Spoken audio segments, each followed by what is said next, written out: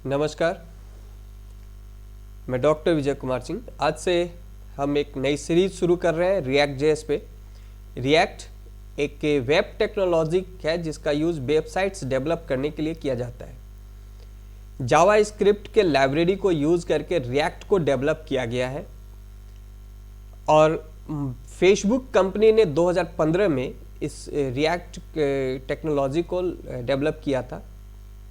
आज के डेट में रिएक्ट बहुत ही ज़्यादा पॉपुलर हो रहा है क्योंकि इस पे काम करना सिंपल तो है ही, बाकी जो भी वेबसाइट्स डेवलप हो रहे हैं रिएक्ट में उनका जो एग्जीक्यूशन है, उनका जो स्मूथनेस है, दूसरे टेक्नोलॉजी के कंपैरिजन में बहुत ही ज़्यादा फास्ट है और बहुत ही स्मूथ है। रिएक्ट जावा स्क्रिप्ट की लाइब्रेरी को यूज़ करता है जिसकी वजह से पेज चेंज करना जावा स्क्रिप्ट के थ्रू ही किया जाता है, जिसकी वजह से जो पेज चेंज करने के बीच में जो टाइम गैप आता है वो टाइम गैप इस रिएक्ट वेबसाइट्स में नहीं आता है। यूजर्स को ऐसा फील आता है कि he is working on a same page, वहाँ पेज चेंजेस नहीं हुए, जिसकी वजह से यूजर्स को काम करने में काफ़ी अच्छा लगता है। जावा स्क्रिप्ट अभी तक बेसिकली यूज किया जाता था यूजर ऑथेंटिकेशन के लिए, वैलिडेशंस के लिए, यूजर के इनपुट्स को चेक करने के लिए, बट रिएक्ट ने इसको बहुत आगे बढ़ा दिया है। रिएक्ट ने इसको बहुत ब्रॉड कर दिया है और इसके साथ हम लोग एक सर्वर यूज करते हैं Node.js। तो रिएक्ट और नोड मिलकर के आज के डेट में जावा स्क्रिप्ट को एक कंप्लीट वेबसाइट डेवलपमेंट टूल के रूप में प्रोवाइड कराता है हम लोगों को। अगर आप अपना कैरियर वेबसाइट में या वेब टेक्नोलॉजी में देखना चाहते हैं या वेब टेक्नोलॉजी में इंटरेस्टेड है तो आपके लिए ये कोर्स बेटर होगा, क्योंकि आने वाला फ्यूचर रिएक्ट का ही होगा और रिएक्ट के ऊपर ही जो वेबसाइट्स डेवलप होंगे कमिंग फ्यूचर्स में उसी पे होंगे। तो बेटर है कि आप अपने कैरियर को रिएक्ट की तरफ मोड़ें, या अगर आप पहले से ऑलरेडी वेब टेक्नोलॉजी में जुड़े हुए हैं तो ये आपके लिए, उनके लिए और भी ज़रूरी है कि वो रिएक्ट में मूव करें। तो आप हमारे इस कोर्स से जुड़िए और लर्न कीजिए। हम स्टेप बाय स्टेप आपको सिखाएंगे कि रिएक्ट कैसे डेवलप करते हैं, रिएक्ट के वेबसाइट्स कैसे बनते हैं। रिएक्ट को यूज़ करने के लिए हम लोगों को बहुत एडिशनल रिक्वायरमेंट्स नहीं है, बहुत सारा एडिशनल सॉफ्टवेयर्स की ज़रूरत नहीं पड़ेगी।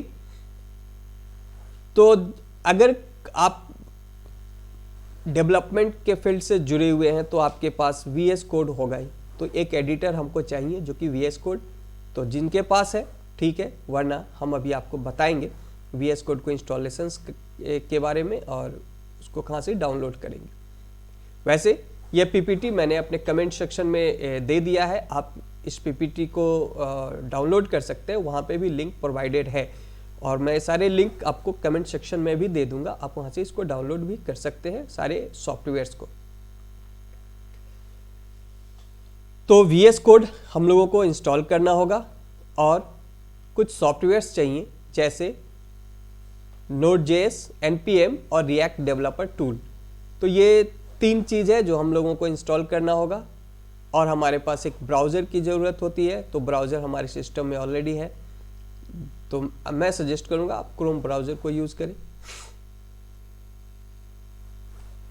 रिएक्ट जो है एक सिंगल पेज एप्लीकेशन है जो कि फेसबुक कंपनी के द्वारा डेवलप किया गया था।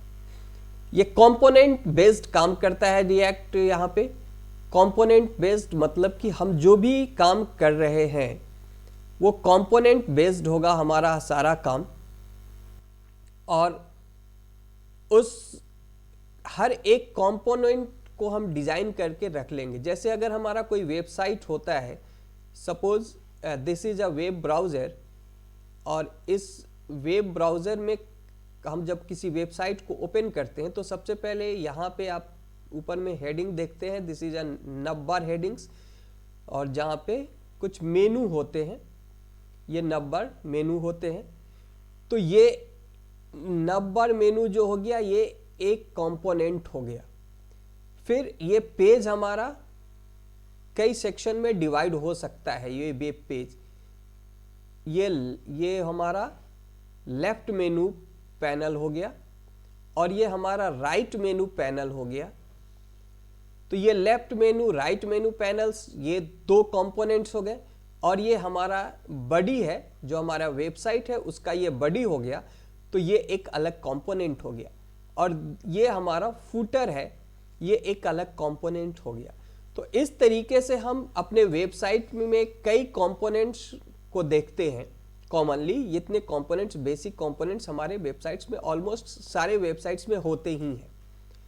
तो अगर हम भी अपना वेबसाइट डेवलप करेंगे तो एटलीस्ट ये 1 2 3 4 5 कंपोनेंट्स हमारे वेबसाइट्स में रहेंगे, या हम ज़्यादा भी कर सकते हैं, कम भी कर सकते हैं। This is all our requirements and designings.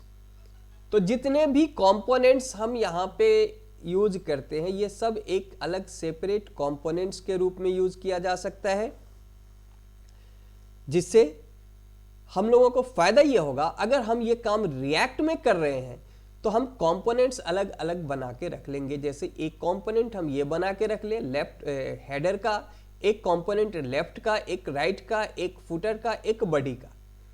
अब इन हर एक कंपोनेंट को जहां भी हम चाहें उस जगह पे यूज कर सकते हैं। एंड रिएक्ट में काम करने का फायदा एक और ये होता है कि यही component you can use into another website also.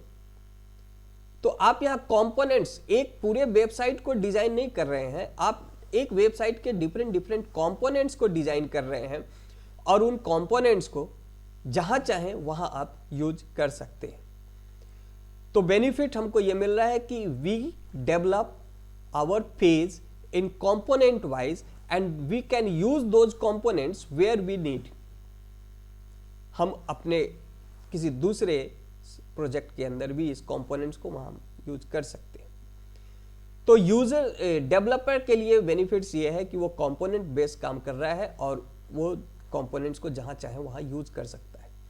Users के लिए बेनिफिट ये होता है, जो यूज करेंगे, जो हमारे यूजर्स होंगे, उनको बेनिफिट ये मिलेगा कि वो जब एक पेज पे काम कर रहे हैं तो पेज चेंजेस उनको पता नहीं चल पाएगा, क्योंकि यहाँ पे जो सारे काम हो रहे हैं वो जावास्क्रिप्ट के थ्रू हो रहे हैं, जो कि बेसिकली हम कह सकते हैं कि क्लाइंट साइड पे हो रहा है, जिसकी वजह से जो पेजेस चेंज होता है, अगर अदर वेबसाइट में यूजर किसी अदर वेबसाइट को यूज करता है जो कि किसी अदर टेक्नोलॉजी को यूज करके डेवलप किया गया हुआ है, तो यूजर्स को ये लगता है कि पेज चेंज हुआ, कुछ समय लगा, कुछ ड्यूरेशन लगा पेज के बदलने में।